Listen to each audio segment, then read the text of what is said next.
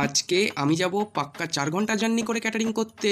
রাম রাম ভাইও। যাই হোক বন্ধুরা, কাকার সাথে রেডি হয়ে সূর্যাস্ত দেখতে দেখতে পৌঁছে গেলাম মনোজদার বাড়ি। এখান থেকে অটো চেপে রওনা দিলাম ক্যাটারিং এর উদ্দেশ্যে। যাই বলো তাই বলো, অটোওয়ালার বুদ্ধি আছে, না হলে মাথার উপর ফ্যান নিয়ে কেউ ঘুরে।